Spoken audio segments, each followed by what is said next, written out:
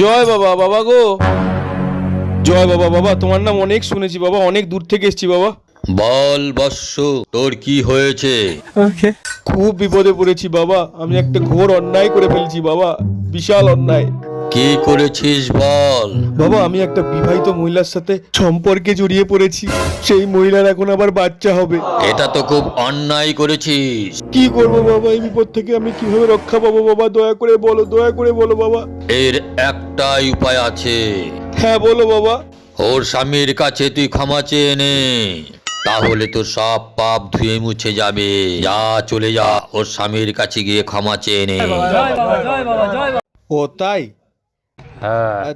তা ওর স্বামীর কাছেই তো ক্ষমা চাইছি।